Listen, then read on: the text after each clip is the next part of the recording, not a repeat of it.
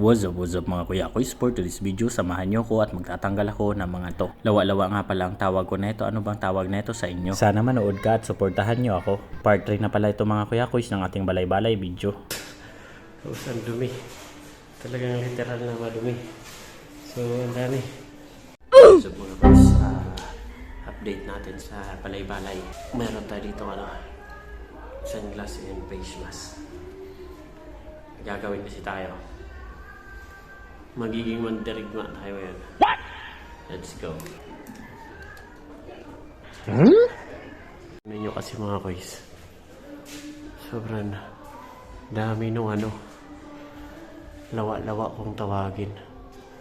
No? So, kaya natanggalin natin yun. Yan, ready na tayo. And doon yung walis.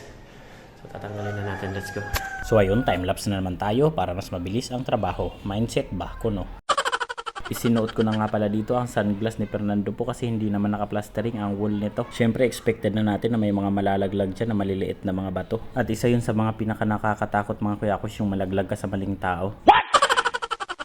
Medyo madami-dami nga pala yung mga tatanggalin ko. Warm up pa nga lang to pero pinagpapawisan na ako. 10 taon ba namang hindi nalinis to? Syempre kakapal talaga ang mukha, EST ang alikabok nito. Kaya ito, tudukos-kos tayo. Buti na lang nakahiram ako ng panungkit ng sinampay at walis ng kuya ko. Kaya let's go, kabilang side naman tayo. Talagang unat katawan tayo kasi ang taas nito. Pwede kasing i-second floor ang bahay na to. Pero wala naman tayong pera kaya gagamitan lang tayo ng bangko. O diba, imaginein mo, yung masaya na sa iba yung jowa mo, AST. Pumatong na tayo ng bangko pero unat katawan pa rin tayo. Ganyan kataas ang bahay na to kaya pag second floor talaga yung kanyang disenyo. At naubos na nga sa side na yun kaya lumipat naman tayo dito.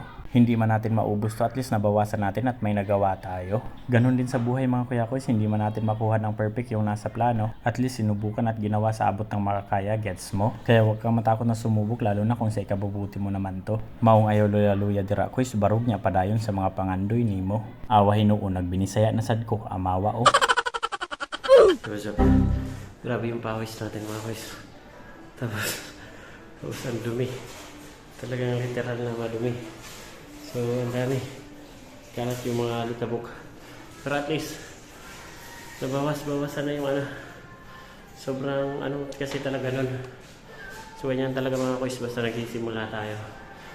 Kaya balik kailangan lang natin ayusin yung bahay. So, ayan, medyo malinaw na yung itaas. Diba? So, kasi nalinis na natin. Ayan. Hindi nga lang ganyan kalinaw. Pero, at least nabawas-bawasan kayo dun sa kanina. Diba? Kita niyo yung mga gilid. Wala na yung mga spider wala na yung mga spider wave. So ayan. Try ko. Okay na. So pahinga muna tayo ng konti. Tapos grind ulit. Kasi ito naman yung sahig. Madaming kalat. So, pero lilinisan naman natin itong sahig ulit. Then, salamat mga guys.